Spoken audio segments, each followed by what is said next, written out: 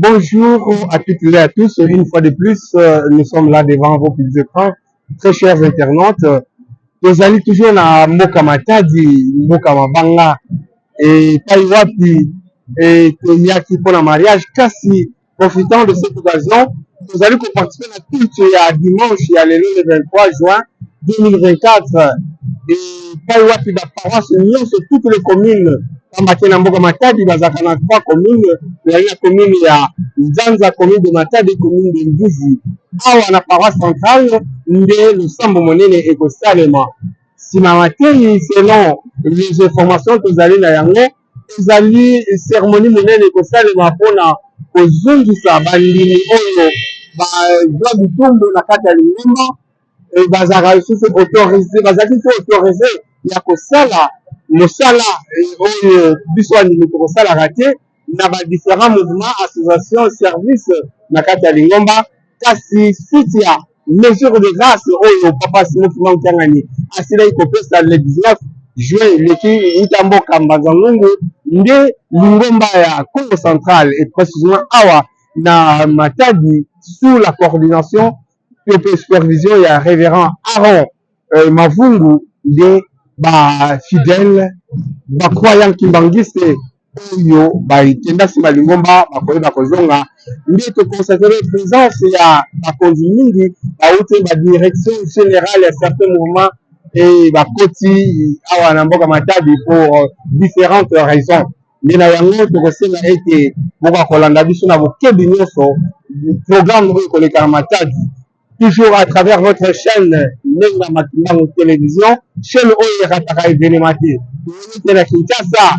Nyuma kololo papa Simon Kimbangu Kiangani azali bazali na Kinshasa, bazali kopesa bino basango ya Kinshasa, et biso tozali na Matadi tokosanga kopesa bino basango ya Congo central te, et précisément ya Matadi. Toujours na sima caméra tozali na mwana mboka oyo azali kolemba te, tozali kofuya information kozwa ba image na ba plan ya kitoko. Jordan Timanseme ye ntango nyonso azali kopesa éclairage esika tozali mpona kozwa bilili ya kitoko kopropose bino. Tozali na Mboka Matadi tolanda culte ndenge yango tolekela. Toujours reportage ya papa Fabien Lumingo, toza ensemble.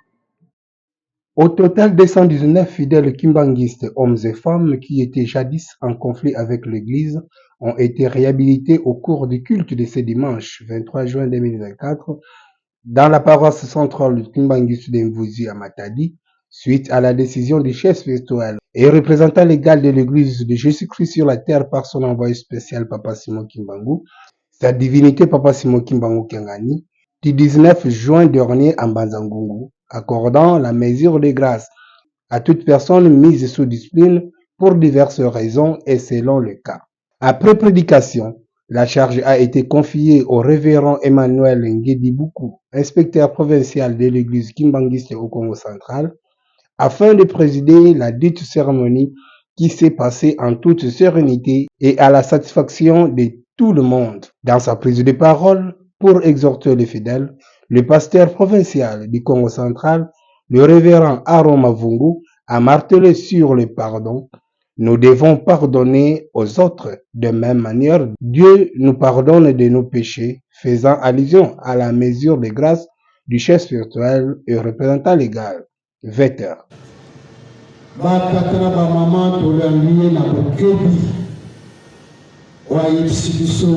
repentance, Moutou, Wandi, Mamate, Oya Sali, Tango Andimi Yango, Nzambe akolimbisa ye. Mais batakala ba mama conscience na yo nanga yesala pona likambo monene oyo Nzambe ya ngolu, Nzambe ya mawa, Nzambe ya bokasi, Nzambe ya kimia, Papa Simon Kimbangu Kiangani oyo asaleli biso. Malgré mabe oyo tosali, ne Nzambe alibisi biso.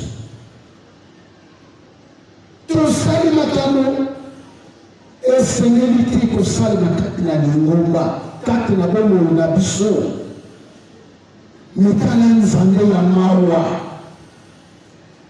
oyo asaleli biso atali nyonso wana ete malimbisi biso alimbisi yo ngai siko kesio ezongi kati na ngai kati na yo limbisaka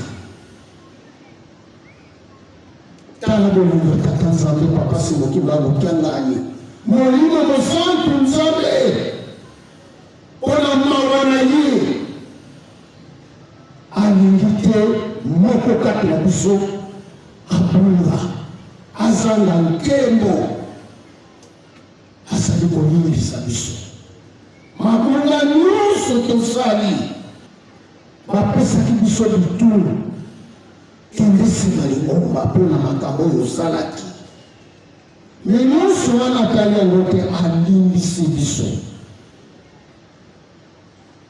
alimbisi yo alimbisi ngai me yo bazozwa makambo na moninga na yo kati na libota kati na kartier kati na mosala bisika nyonso bana na yo ezala na famille depuis okanga ofungolaka te tokotala biso na yo tilwa nakolimbisa te ozali kwaya ya soni yo ndimeli papa sengoki bagokenga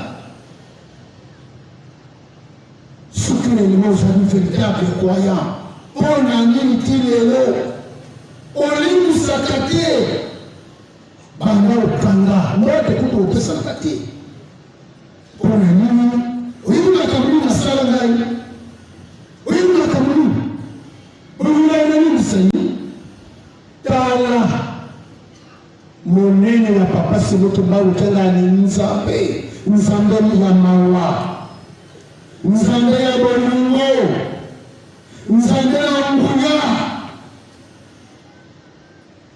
nzambe ya kimia tala makambo monene ezali vraiment tasala na nzambe conscience na yo na ngai esala makambo nini ngai nasalaki mais malgré masumu yango ezali ya pasi liboso ya tata nzambe mais nyonso wana atali yango te nalimbisi biloko zowa kati na lingomba batata na bamama soki tozongeli ekozala na yo pasi ekozala na ngai pasi na biso tozala kati na lingomba obomamaki olingimisaki te mais azali kaka kolimbisa yo azali kolimbisa ngai batata na bamama ye azali koyebisaka biso ke likambo alingi kosala kati na mokili banda mokili ebandana lisalama te likambo wana toyebi yango mituna nano toyebi makambo nyonso atunga sodome na gomore mokili enola abebisaki yango na mai asala yango misiko oyo azokoyebisa yo na ngai ke likambo alingi kosala kati na mokili nani emonana te likambo nini wana oyebi yango nga nayebi yango otukokili kosala masumu otukokili kosala maoni ezokopesa nzambe na biso mawa yo mwana kimbangisi ya solo okutendelo te ngai nakutendelo te mpona mabeni ngai okulimina te conscience na ngai ekosala te conscience ya yo na ngai ekosala te tala monene ya nzambe na biso nzambe ya mawa metelelo olimbisa nani motu wana te bato wana okanga nani ofungoli batokani te tocandelo batata ya bamama tozwa ndakisa ya nzambe ya nguya nzambe ya mawa nzambe ya bokasi l'être suprême de l'univers, être omniscient, omnipotent, omniprésent. Tala mwende mwaki, nzambe ya kima, kati na mkini mwimba. Esi, okumuna mtalolini wana, azali nzambe. Halimusio, halibisingai. Tokuni, tokani ya zero. Tokiki makambo wana, emumaki biso sema lingomba. Même soki obimaki na lingomba te, mais ayembi oyo osalaki na nkuku otiki yango ngai natiki yango. Moto na moto amitona mpona kolakisa mawa ya nzambe na biso, nzambe ya kimia, nzambe ya bokasi. Mokenda za nzambe to na vuluzulwa nana yimba nzembo wana ya koyebisa.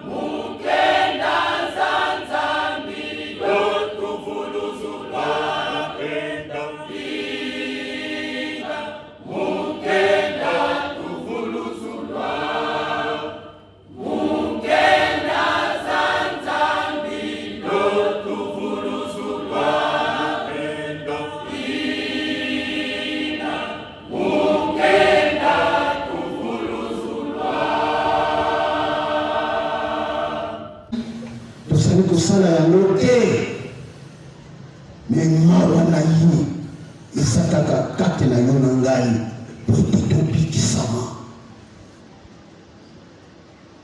asokomimbisa biso kaka yango ezalaka ndenge totangaka meme na bible na bikeke oyo eleka soki nzambe asiliki esili azongaka sema te mete ateya asali ba maniere nyonso potobika moyen ezali te soki asiliki esili atalaka susu motu te kino oyo azali kovivre na ngai te. Dieu est juste.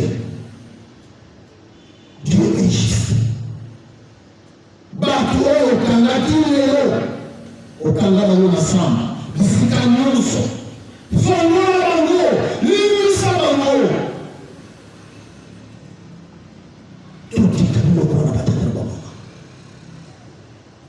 nzambe bolingo na ye eza monene kati na yo na ngai alingi biso mingi, alingi te biso topewa, alingi te biso tobunga, tolakisa mpe bolingo na biso epai na ye po te amonisa biso nkembo oyo abongisa mpo na mateyi tosili soki wana mpo na exaltation na kombo ya tata ya mwana mpe tata momusa. Amen. Par ailleurs, le numéro 1 de la province a annoncé la reprise des travaux de construction de la résidence du chef spirituel et aussi quelques programmes pour les préparatifs de la fête du 8 juillet prochain en Kamba, Nouvelle-Jérusalem. C'est par le défilé des réjouissances que les fidèles ont terminé le culte sous l'animation de la fanfare kimbanguiste Faki Matadi.